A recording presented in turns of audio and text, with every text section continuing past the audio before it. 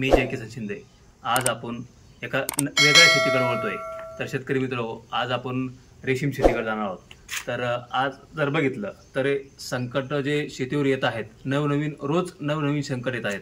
तर कधी दुष्काळ संकट, कधी अतिवृष्टी संकट, कधी गारपीट होते, तर कधी उष्णतेची लाट येते। तर शेती करणे खूप कठीण झाले मित्र। तर आज जर बघितलं आपण तर ह्या सगळ्या सिस्टम मध्ये आपल्याला टिकायचं आहे। तर टिकायचं कसं आहे, पारंपरिक पद्धतीने आपण जी शेती करणार आहे तर ह्या शेतीवर आपण टिकू शकत नाही। तर त्यावेळेस तुम्हाला काय करणार आहे, थोडा ट्रॅक बदलणं आहे की आज ट्रॅक जर बदलायचं ठरलं तर आपण रेशीम शेती हे एक उत्तम असा पर्याय आहे। रेशीम शेतीमध्ये असं आहे मित्र की ते प्रत्येक महिन्याला जसं आपण कंपनीत काम करतो अशा पद्धतीने आपल्या शेतीमध्ये आपण एक कंपनीसारखं काम करू शकतो। तर शेतकरी मित्र, याच्यात सुद्धा आपण उतरणं गरजेचं आहे। तर आज आपण जर बघितलं तर आता हे आमचं रेशीम बॅच आहे, छोटं युनिट आहे। अशा प्रकारे आपण आळ्या सुद्धा आणू शकतो, रेशीम कीटक संगोपन गृह करू शकतो। याच्यात जर बघितलं तर सर्वप्रथम याला 22 बाय 50चं शेड लागतं आणि शेतामध्ये आपण जो पुढील व्हिडिओ जो बनवणार आहे तर आपण पाल्यावर सुद्धा बनवू, पण आज आम्ही आळ्यावर व्हिडिओ बनवत आहोत। तर शेतकरी मित्र, याला जर बघितलं तर आता हे माझी बॅच चालू आहे आणि ह्या बॅच बघितलं तर आज हे म्हणजे 10वी फीडिंग आहे आणि 10वी फीडिंग एक खूप सोपं असं गणित आहे शेतकरी मित्र। याला याचं फिक्स ठरलेलं गणित आहे। याच्यामध्ये 27 दिवसाची ही बॅच आहे आणि 27 दिवसामध्ये फक्त तुम्हाला 5च दिवस खूप असं म्हणजे जास्त काम करायचं गरज आहे आणि त्या 27 दिवसामध्ये तुम्ही बाहेर बाजाराला फिरू शकता, कुठं शेड लॉक करून जेव्हा ते मोल्टवर असतात 2 वेळा तुम्हाला मोल्टवर तुम्ही 2-2 दिवस बाहेर सुद्धा फिरू शकता। असं काही नाही की याच्यात गुंतून पडणार आहे। तर शेतकरी मित्र, याच्यामध्ये जर चांगला अभ्यास केला तर ही शेती खूप अशी फायदेशीर शेती ठरते। याच्यामध्ये जर बघितलं आपण तर आता ही जी आळी बघितली तर ही आळी एक म्हणजे 10 दिवस झालेले आहे, आता याचे 4 दिवस राहिलेले आहे। म्हणजे शेवटचा मोड जो तो 14 फिडिंगचा असतो आणि 14 फिडिंग ही आळी खाणार आहे।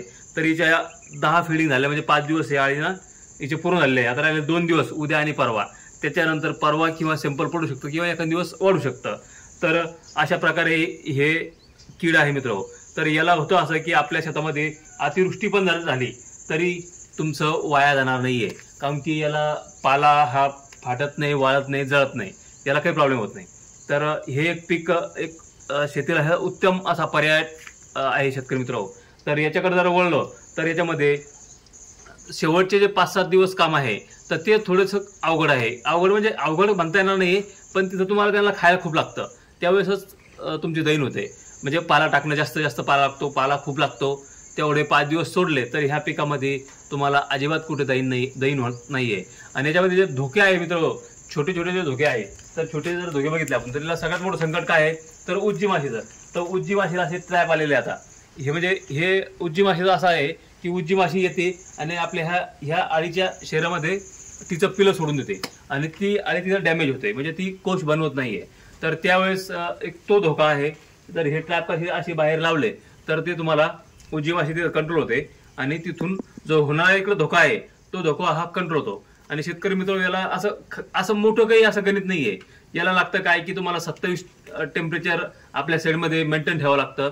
ज्यावेळेस उष्णता येते त्यावेळेस तुम्हाला साईडला थंड वगैरे करायला लागतं, हे नेटला वगैरे पाणी मारायचं, वर झाकण वगैरे केलं आणि साईडला आपण बघता इथं कूलर वगैरे बघा माझे असे 4 साईडला मी 4 कूलर ठेवत असतो, जेणेकरून आपलं शेड हे मेंटेन होतं। आणि याच्यामध्ये एक उन्हाळ्यात जो धोका येतो आणि एक धोका येतो तुमच्या हिवाळ्यामध्ये। ज्यावेळेस आपल्याकडं 12-13चं टेम्परेचर येतं तर त्या टेम्परेचरमध्ये आपली बॅच ही धोक्यात येते।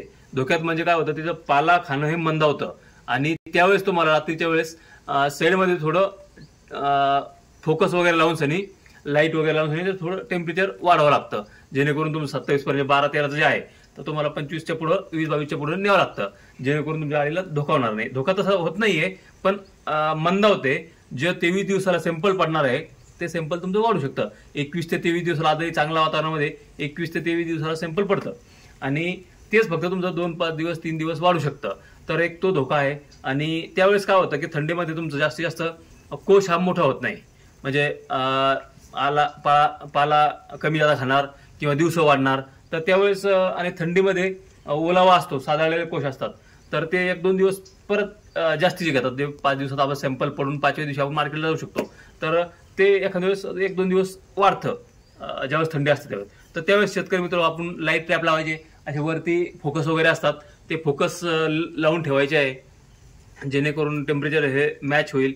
आणि अशा प्रकारे दर महिन्याला तुम्हाला हे पीक आहे ते हे आणल्यापासून ज्या दिवशी तुमच्या शेडवर आळ्या आल्या त्याच्यानंतर 27व्या दिवशी तुमच्या अकाउंटला तुमचे पैसे येतात. आणि असं मोठं याचं काही तंत्र नाहीये, याच्यामध्ये जे काम करायचं आहे तर ते काम करायचं आहे शेतामध्ये. तर आपण पुढील व्हिडिओमध्ये शेतातलं काय काम करायचं त्याच्यावर मी बघू.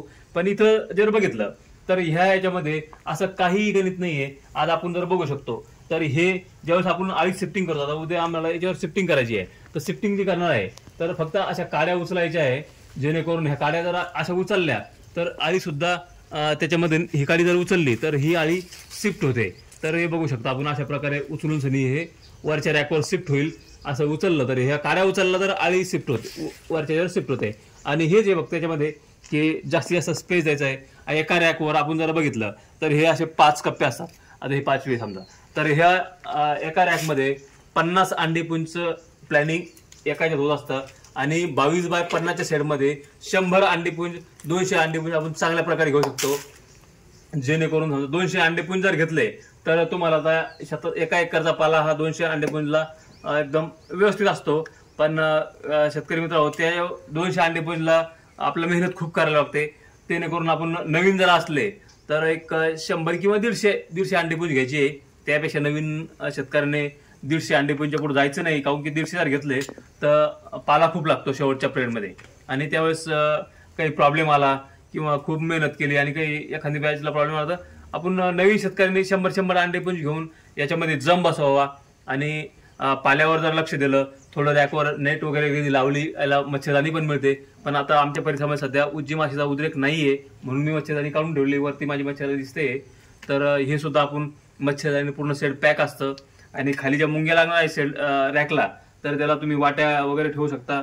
आता मी असे छोटेसे मागे घरेलू जुगाड आहे जे का छोटे छोटे डबे कापून सनी त्याच्यामध्ये पाणी ठेवलं आहे जेणेकरून याला मुंग्या लागतात.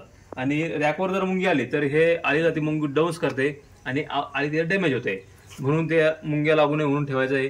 आणि दुसरं जे आहे की याच्यामध्ये पाखरं वगैरे येत असतात, तर पाखरासाठी तुम्हाला माझी नेट असते त्याच्यामुळं आता पाखरं सध्या उद्रेक नाहीये. पाखरं सुद्धा आळ्या उचलतात.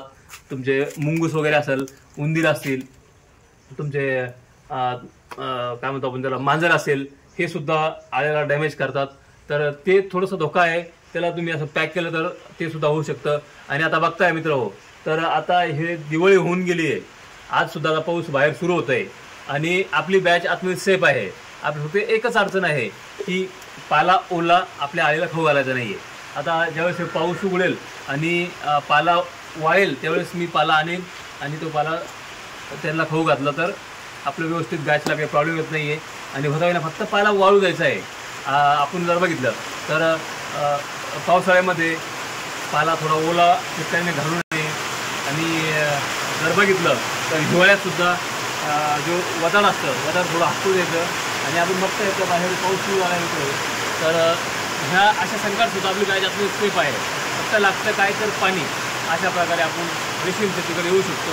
आणि आपल्या शेतीला जे नवीन जे आलं आहे, नवीन सिस्टम जे आलं आहे, नवीन प्रयोग करतो आहे, तर त्या प्रयोगामध्ये हा एक प्रयोग खूप असा